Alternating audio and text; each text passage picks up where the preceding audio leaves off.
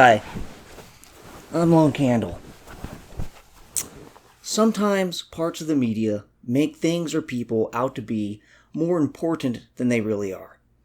I think Alexandria Ocasio-Cortez, also known as AOC, is one of those people.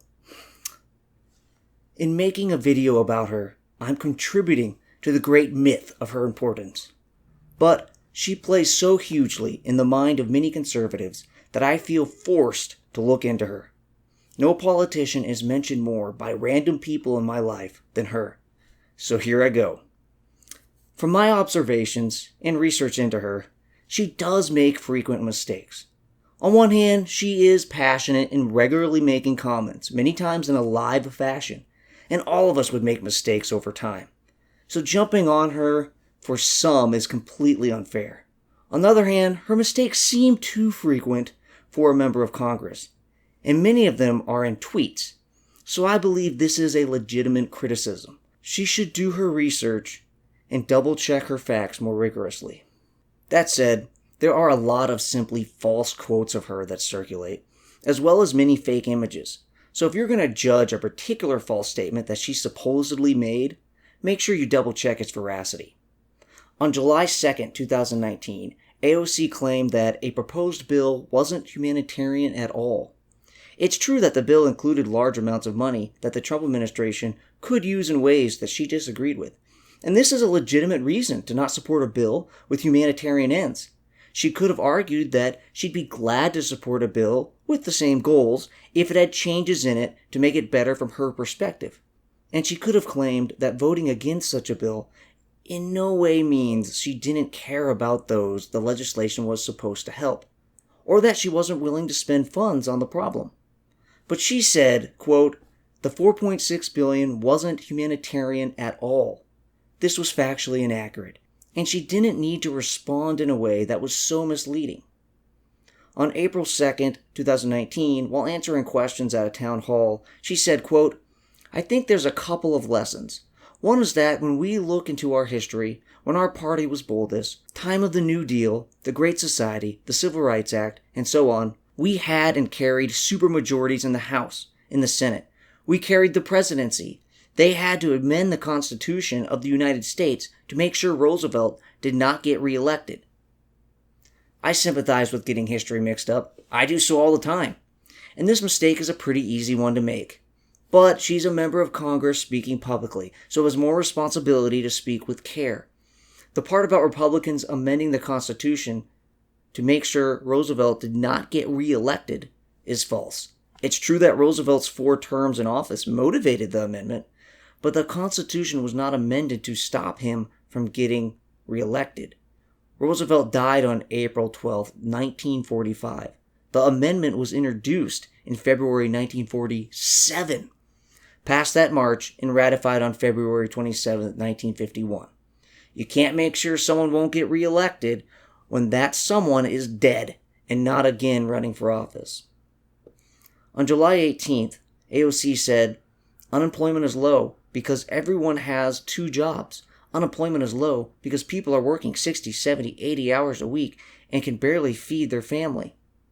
People holding multiple jobs wasn't the cause of low unemployment at the time.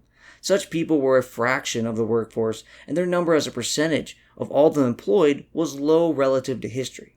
In a February 20th, 2020 tweet, AOC said, "Bernie Sanders has never taken corporate lobbyist money in his entire political career." While it's true that Bernie is not a big corporate contribution hog, he has taken money from lobbyists representing corporations or industry groups. So her claim was false. These are just a few examples, but she has made a handful of mistakes like these. Many I come into contact with conclude from this that she's simply dumb. They tell me she's an idiot. The word idiot or dumb are used to mean different things. If by them we mean someone who truly is slow or less capable mentally than most people, then she is not an idiot. Take a look at these clips. Man, do you want to spend a lot of my tax money on these proposals that you and Bernie and others have? Medicare for all, college tuition, maybe even housing. that the Green New Deal that you have, it is all very expensive, especially on the single-payer side, and that it gives people sticker shock. Even in Bernie's home state, they got sticker shock. They couldn't get it done in his state because of how expensive it is. And that was an 11% increase in taxes, 9 to 11%. Even that was too much for people. How do you pay? How do you sell it? So first of all, the thing that we need to realize is people talk about the sticker shock of Medicare for all. They do not talk about the sticker shock of the cost of our existing system. You know, in a Koch brothers funded study, if any study is going to try to be a little bit slanted, it would be one funded by the Koch brothers. It shows that Medicare for all is actually much cheaper than the current system that we pay right now. And let's not forget that the reason that the Supreme Court upheld the Affordable Care Act is because they ruled that of these monthly payments that everyday Americans make is a tax. And so while it may not seem like we pay that tax on April 15th, we pay it every single month, or we do pay a tax season if we don't buy, these plans off of the exchange. So we're paying for this system. We Americans have the sticker shock of healthcare as it is. And what we're also not talking about is why aren't we incorporating the cost of all the funeral expenses of those who die because they can't afford access to healthcare? That is part of the cost of our system. Why don't we talk about the cost of reduced productivity because of people who need to go on disability, because of people who are not able to participate in our economy, because they're having issues like diabetes or they don't have access to the health care that they need. I think at the end of the day, we see that this is not a pipe dream. Every other developed nation in the world does this. Why can't America? And that is the question that we need to ask. We have done these things before. We write unlimited blank checks for war. We just wrote a $2 trillion check for that tax cut, the GOP tax cut, and nobody asked those folks how are they going to pay for it. So my question is, why is it that our pockets are only empty when it comes to education and health care for our kids? Why are our pockets only empty when we talk about 100% renewable energy that is going to save this planet and allow our children to thrive? We only have empty pockets when it comes to the morally right things to do. But when it comes to tax cuts for billionaires and when it comes to unlimited war, we seem to be able to invent that money very easily. And to me, it belies a lack of moral priorities that people have right now, especially the Republican Party. I just want to make sure that we touch on your role in the House Oversight Committee,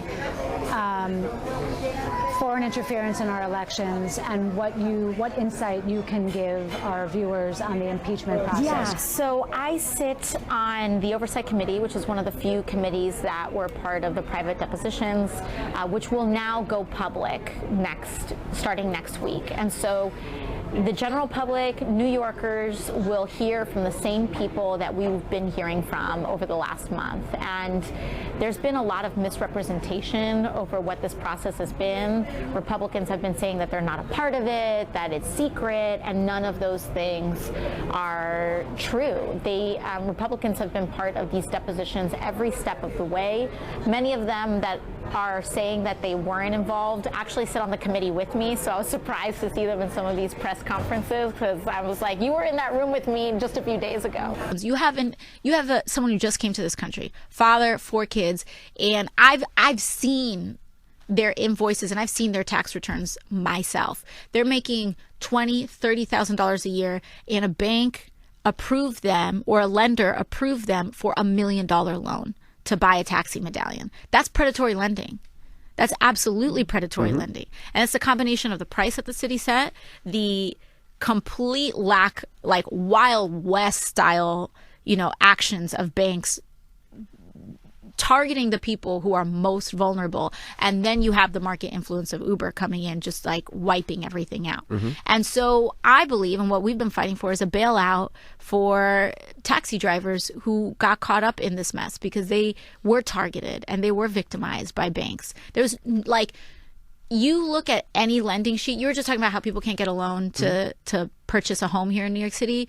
Then on what business does a bank or a lender have giving someone making $20K, $1 million, saddling them with $1 million worth of debt? It is wrong. So here's the ultimate crux when it comes to our politics. When it comes to bailing out a bank, it's the easiest thing in the world to do.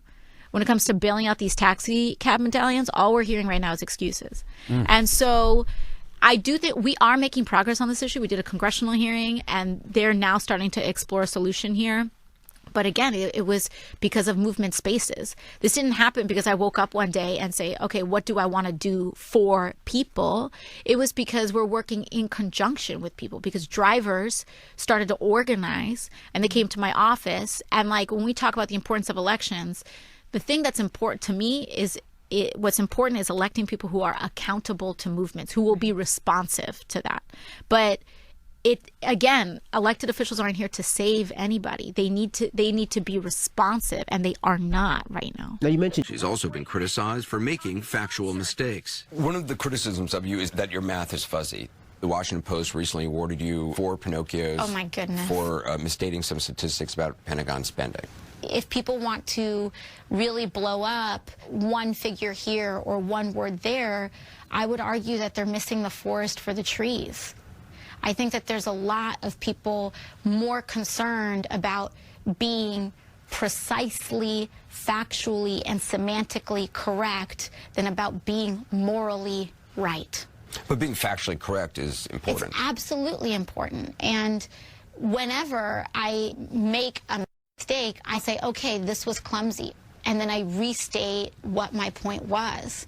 But it's not the same thing as the president lying about immigrants. It's not the same thing at all.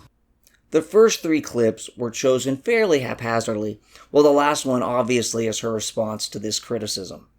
I'm not saying I agree with their arguments, and I could take issue with multiple things she said here. But even if you disagree with her, the person in these clips demonstrates a mental acuity that wouldn't be fairly described as dumb. One can be dead wrong without being stupid. And her intelligence is more fully demonstrated if you take the time to watch entire interviews. She clearly has enough command of the issues to not be accurately described as an idiot. And I can't even confidently confirm she makes more mistakes than the average congressperson. It seems like she does. But she also has a huge spotlight on her. So more of her statements are getting checked by national media than some random member. And as a declared socialist, the media's centrist bias isn't in her favor.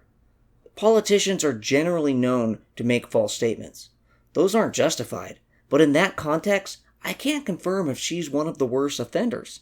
Also, she's relatively new to this. Members of Congress deal with every issue that the country faces.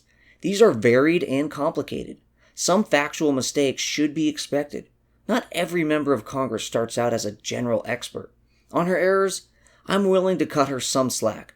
It's not like she's lying left and right or shows no care for the truth. While I sympathize with her mistakes and can't confirm how prevalent they truly are, she seems to make too many mistakes and needs to do better homework. But she has also displayed her intelligence. Now, am I a fan of her? No. I think her ideology is wrong, and that many policies she supports would lead to more harm than good. Rather than falsely calling her an idiot or focusing too much on her inaccurate statements, I prefer to emphasize the flaws in her worldview. I showed her saying that what we should care about is being morally right. I totally believe she is motivated by her moral instinct, but I think her ideas and understanding of the world are flawed. A deep critique of her platform and the theories behind it would be a whole nother piece. But let me say a little to let you know where I'm coming from. I start from a classical liberal or libertarian base and then add exceptions to where government involvement produces a net benefit. I value both freedom in and of itself and the amazing outcomes that free markets generally provide. I accept that government involvement is both a limit on human freedom and often doesn't work well to solve problems. However, the market fails sometimes, and in some situations, a government policy is a net plus. I'm no libertarian because I'm willing to accept a lot of these situations. I think AOC underweights the difficulty government has in solving problems. I think she underplays the second-order effects government policy has, and doesn't understand how policies often interfere with the free market in such a way that causes real harm. I also believe the national debt is a serious and looming problem that is a massive crux in any big progressive plan. and she doesn't seem to have a satisfactory response to this. I know this brief critique of her worldview is woefully incomplete, but my only objective here is to display that I'm not an AOC fan. I disagree with her severely. Well, I'm Blown Candle. Like me, comment me, love me. And love means subscribe.